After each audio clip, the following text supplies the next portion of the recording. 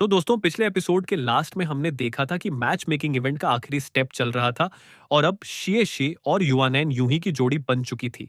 अब आगे देखते हैं। झील के किनारे से जोरदार तालियों की गड़गड़ाहट पूरे सी गॉड लेक की सतह पर फैल गई। सी गॉड फेडेड डेट फेस्टिवल में पहली जोड़ी के सामने आते ही हर तरफ खुशी की लहर दौड़ गई। लोग चीख चीख कर बधाइयां दे रहे थे। माहौल पूरी तरह जश्न में डूब गया था। केशे की आंखें लाल हो चुकी थीं। उसने इस दिन का इंतजार न जाने कितने सालों से किया था। हजारों दिन रात, अनगिनत मुश्किलें और आज आखिरकार ये पल आ ही गया था। टेंगवुलिन भी जोर जोर से ताली बजा रहा था। उसके चेहरे पर सच्ची खुशी की मुस्कान थी।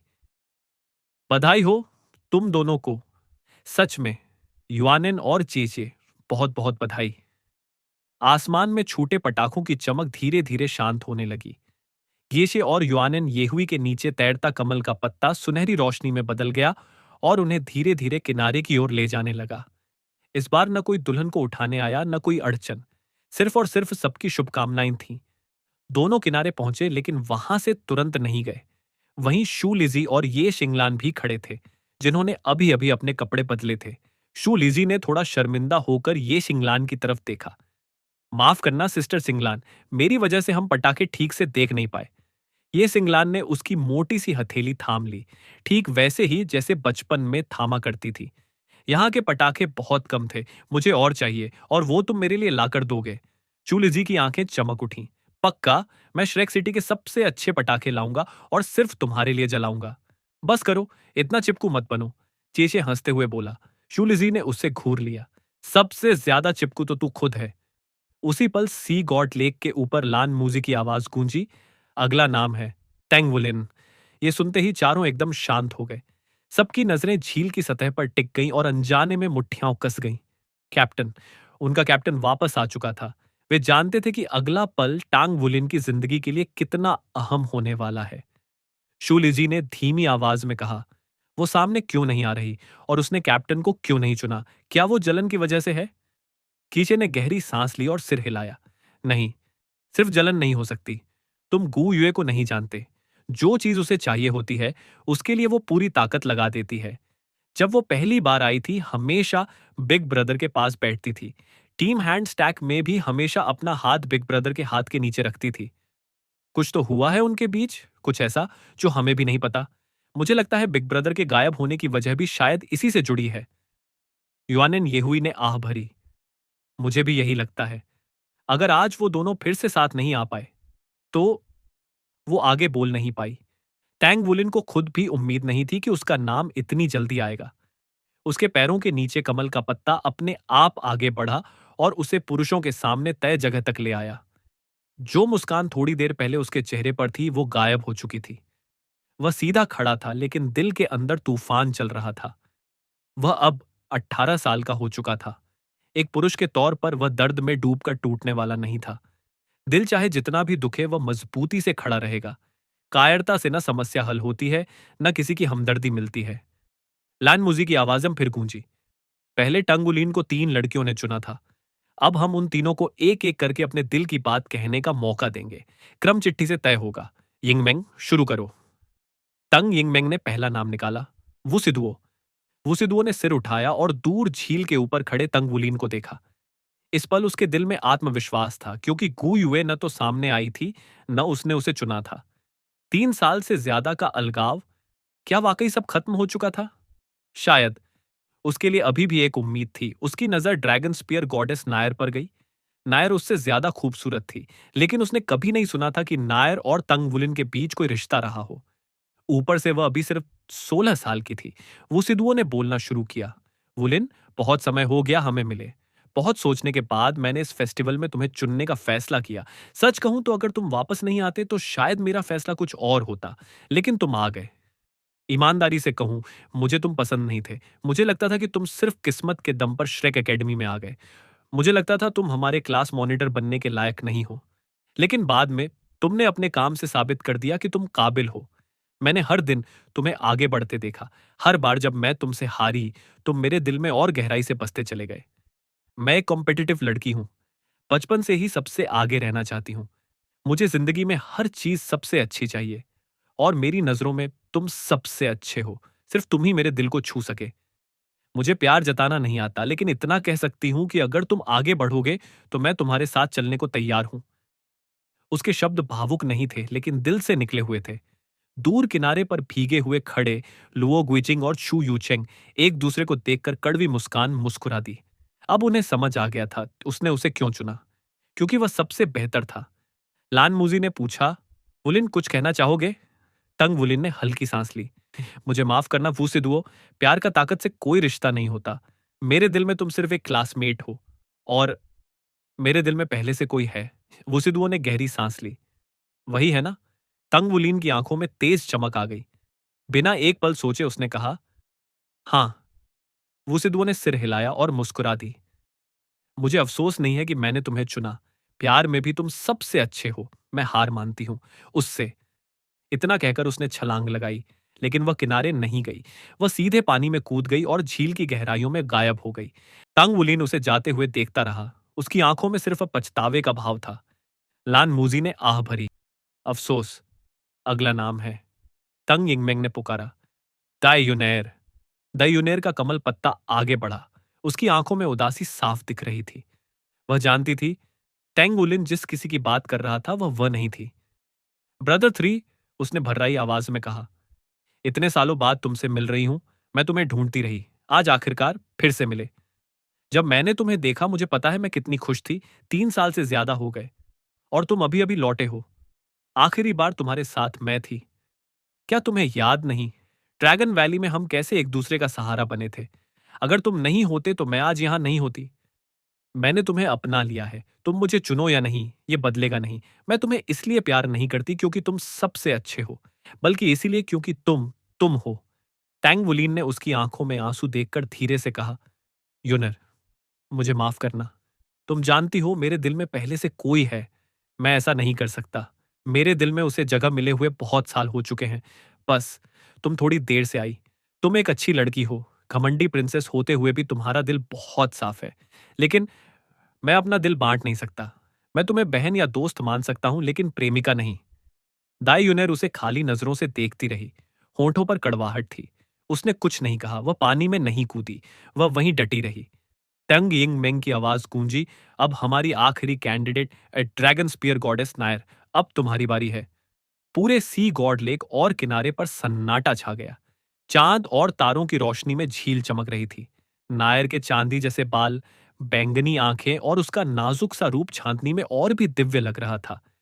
वह धीरे धीरे आगे आई और दई यूनर के पास आकर रुकी।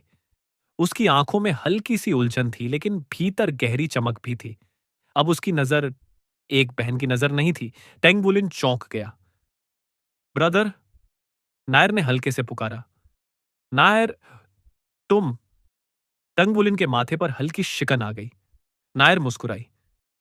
ब्रदर, तुम्हें पता है, जब तुम मुझे 3 साल की उम्र में अपने साथ लाए थे, तभी से मैं तुमसे प्यार करती हूं। तुम तब भी बहुत मजबूत नहीं थे। फिर भी तुमने मुझे उन बुरे लोगों से बचाया। तुम दयालु ही नहीं, बहादुर भी हो। 6 साल की उम्र में तुम्हारा मार्शल सोल जागा था। ब्लू सिल्वर ग्रास जिसे सब बेकार कहते थे। फिर भी तुम्हारे अंदर सोल पावर थी।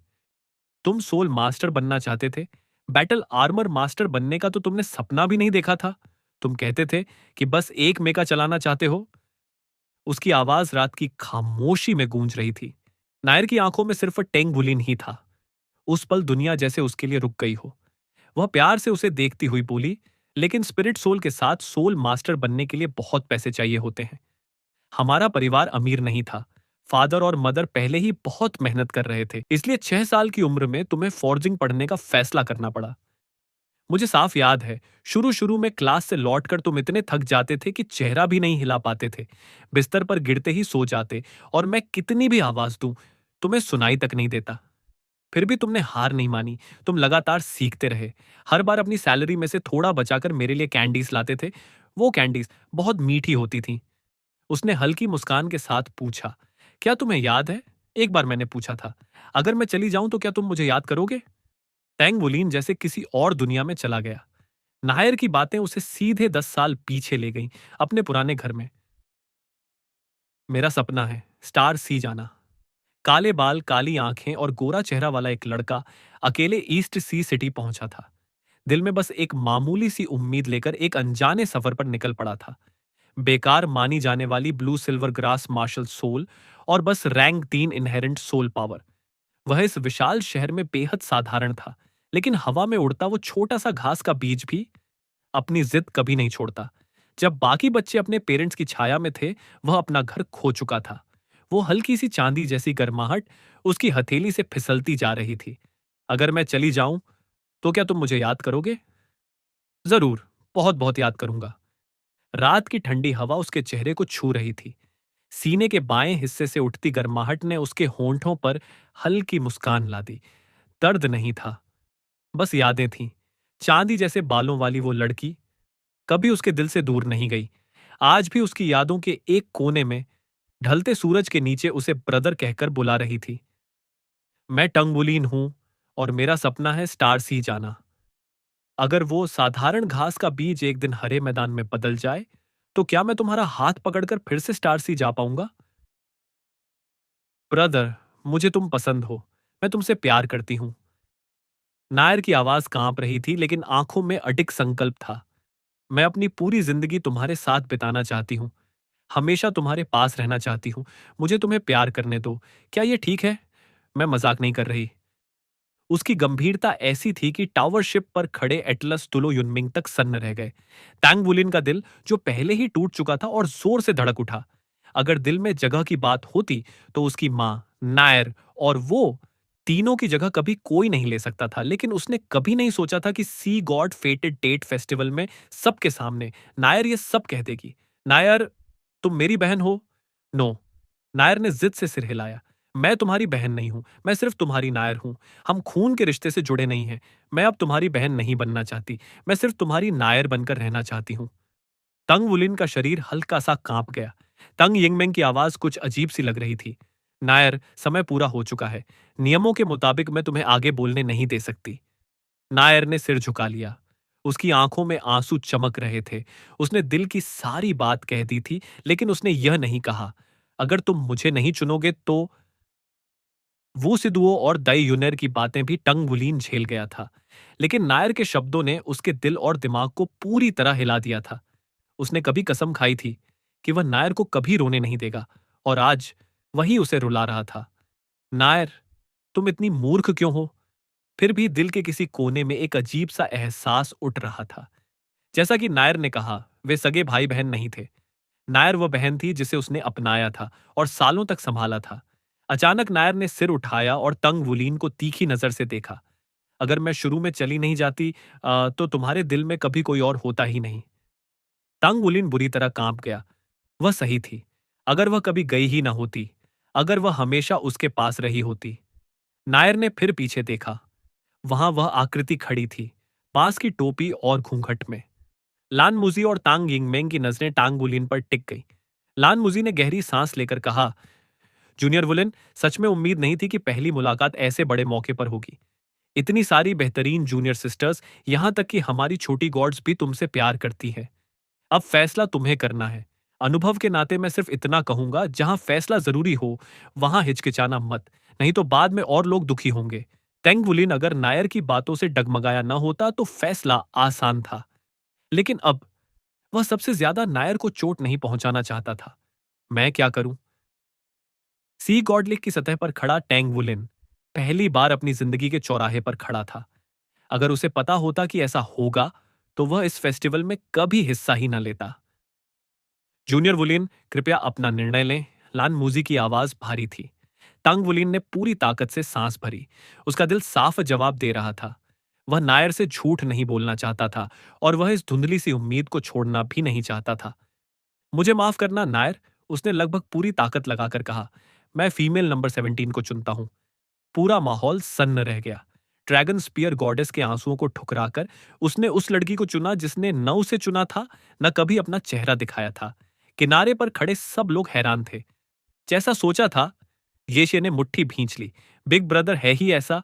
लेकिन नायर, युवानेन ये हुई, ये एक शिंगलान और चू लीजी की सांसें अटकी हुई थीं। हल्की रोशनी चमकी।